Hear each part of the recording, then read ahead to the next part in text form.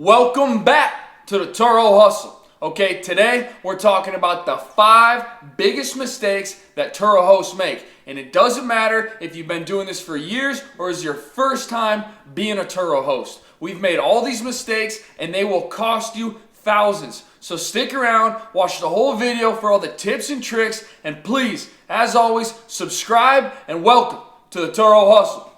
Okay, so let's start off with mistake number 1. All right, and that's buying the wrong car. All right, now you want to make sure you dive into your market, learn the metrics, and understand, hey, what is the best car for my area? You probably don't want to be doing a Lamborghini in a small town, okay? Now, do you need an SUV for your area? Do you need a compact car because it's easy to get around in because there's so many people? What do you need in your area? All right, now, the second point on that is, hey, how are you going to buy that car? Like we've talked about in many previous videos, are you going to the dealership and buying it right off the lot, or are you going to hunt around on Facebook and find the best deal for you? Now, if it's me, I'm going on Facebook Marketplace and I'm hitting up everybody I can find, finding that best deal, using my car knowledge and seeing what I can find that fits that criteria for the best value and best car in my area that people are going to want to rent. All right, so let's go on to mistake number 2. Okay, so mistake number 2, and that's the people underestimating cleaning and the turnaround on a Turo car. Let's say you're going to the airport, right? You pick a car up, now it goes out in, let's say, 5 hours. Where are you going to take that car to clean it, and where are you going to go wash it off? Are you going to go to the car wash where there's free vacuums and 100 other people, and it's going to take you 2 hours to do it? I mean, it will. Or are you going to have a setup in your garage, right? But hey, if you have a setup in your garage, are you close enough, say, to the airport that you can run home, clean it, and drop it back off? Or are you an hour away?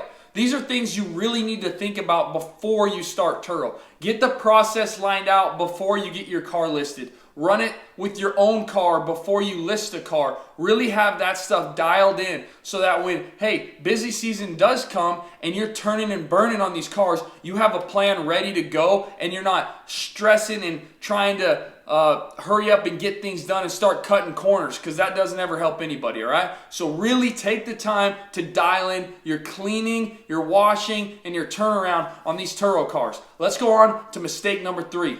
Okay, mistake number 3, bad pricing strategy. And we've already made a little bit of a video on this, but this is where all your earnings come into play.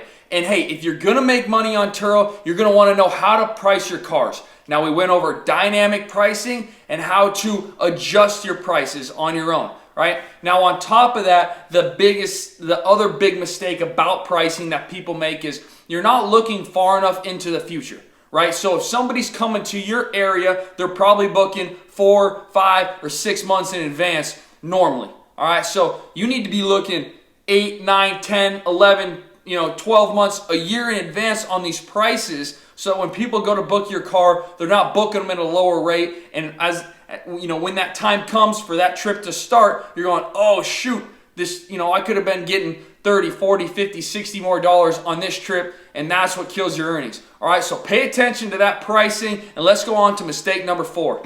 Okay, so mistake number 4, not understanding protection and not understanding insurance. All right, so on the protection side of that, hey, you need to understand what Turo plan are you using and what are the benefits of that Turo plan and how is it protecting you, right? What's the liability? What's your deductible? And then you also need to understand, hey, just being a Turo host, what protections do you have against the customer that Turo will help you out with, all right? You need to understand, what can I afford if something happens to my car? All right, now the next part on that is insurance.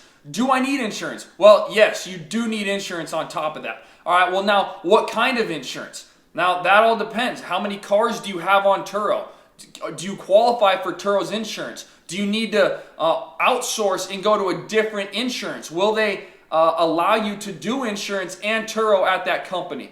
All right, now that's a big one because you do need to have insurance and Turo if you happen to be driving your own car to the airport or to the tires, right? And obviously state law requires you to have that insurance. So look into your protection, look into your insurance, and let's go on to mistake number 5. Okay, mistake number 5. and this could be the biggest one, and it's bad communication with guests. All right, now you need to really be on top of, hey, if a guest reaches out and is asking you a question, send it back as soon as you get it, send them the answer.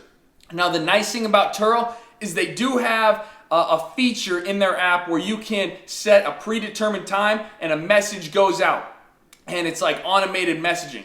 But a lot of times you're going to have people reach out with questions that can't be answered automatically. And you don't want a family stuck out in the snow or locked out of your car or someone has a dead battery. So really have good communication with your guests. And in return, they're going to give you great reviews and you're going to kill it even more on Turo. So as always, please subscribe, comment, like, and get notified. And we appreciate everybody being here, all right? And thank you for tuning in to the Turo Hustle.